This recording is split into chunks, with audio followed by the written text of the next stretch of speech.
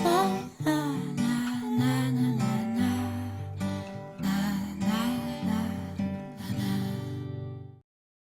first segment, Splash Love Unites, talks about stories of love. And today's story is about the love for humanity. In Mother Teresa's words, love and compassion are necessities, not luxuries. Without them, humanity cannot survive. My guest today has been living all her life by those wise words.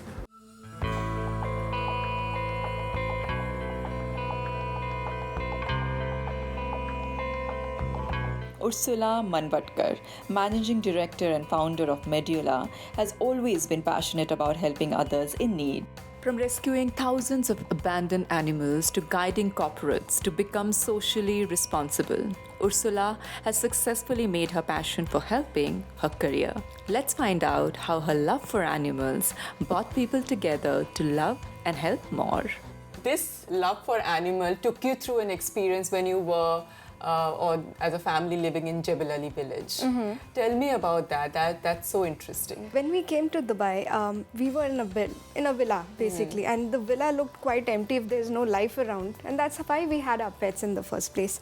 Having the pets, basically, we connected because we didn't know anybody around. We were new, and that kind of taught me as a child to basically care for another being and have compassion for something else. And what happened one fine day is everything was fine. Our cat family was growing, we all were fine. And then one day, we got a notice where we were living that from the developer that they're going to demolish the place. And this was way back in 2007, 2008, and people were not getting villas for the same rate.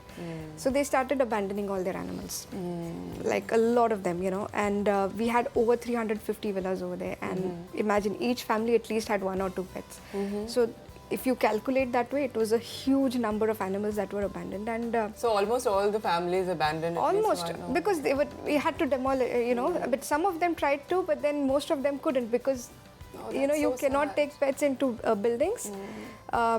So what happened was we were one of the few families we were left behind. We were the final ones to move out. And then my mother was like, see, you have the time right now. Why don't you call all these animal rescue charities and just see what can be done? Now the thing was, when I called them up, unfortunately they said we are completely full. This is a peak season, because they said we are out of resources. There are no volunteers in town, and you're talking about a huge number of them. We can't help out. And then I figured out, okay, what is the problem is basically money. Money, the finance. Finance bit. So I requested my father. I said, listen, Dad, what can we do? He said, fine, I'll speak to some of my friends. So then we got in a corporate sponsor through my father. Okay. Yeah.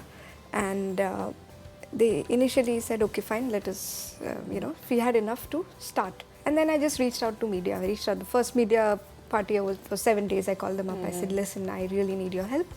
And what I need is basically, I don't want money. I just need volunteers. I need a lot of people to come forward and help. My whole objective was to, to basically get off all the abandoned pets before, because strays can fend for themselves, and especially you need a little bit of strays when there's an abandoned colony, because there are a lot of rodents and lizards and all which need to be taken care of naturally, you see. So what we did was we were neutering the strays as well and releasing them back. Okay. So they are fine, Eventually we really got more than 1,000 out in a period of 4 to 6 months.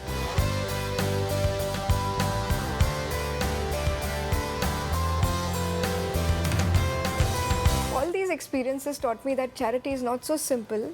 At the same time, you meet different types of volunteers as well. It made me give me a very different experience in dealing with projects at such a huge scale, dealing with people, different types of people, and dealing with the whole issue of animal welfare. So tell me your journey from there. I like the fact that your parents came together and they kind of gave you a direction, looking at your passion and what was really moving you. When I joined the next job that I was in, it was a small food company, and the marketing budgets were really less.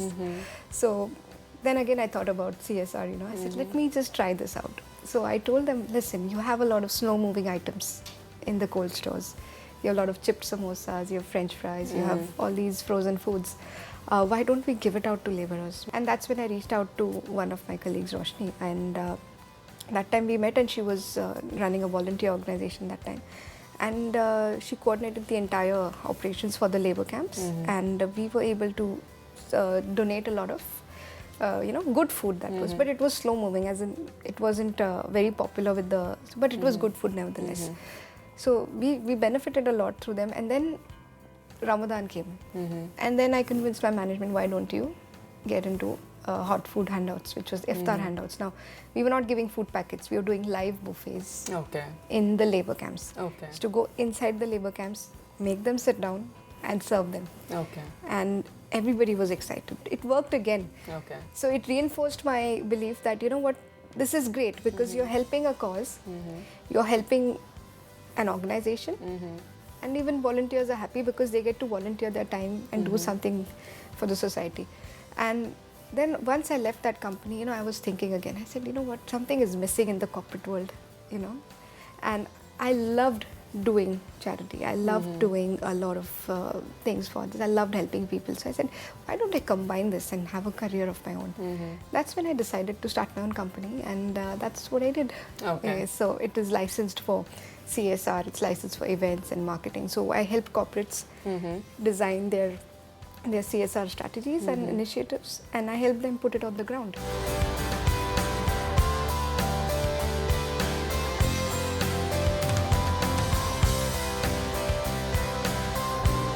So what I like about your story is, and your life, is that you made your pain your strength, and the feeling of compassion and empathy and sensitivity that you have, you made it your life, your career, and you got people who need help and people who can give help together. That's what you're doing for a living right now. Absolutely. And the more you get in touch with people and try to help them, you realize the different avenues of help they need. Sometimes it's not just money. Sometimes it's not just lending a shoulder. Sometimes it's education. It's downright education. And sometimes it's just communication. Just listening to someone is a big thing. Yes, exactly. I think you're doing a fantastic job, and I think you give a whole new definition to love. The way you're spreading love and the way you're spreading peace right now. We need more people like you in today's day and age, and more youngsters like you in today's day and age, because this is the only thing that can heal the world. Thank you, Uma, for having me on the show.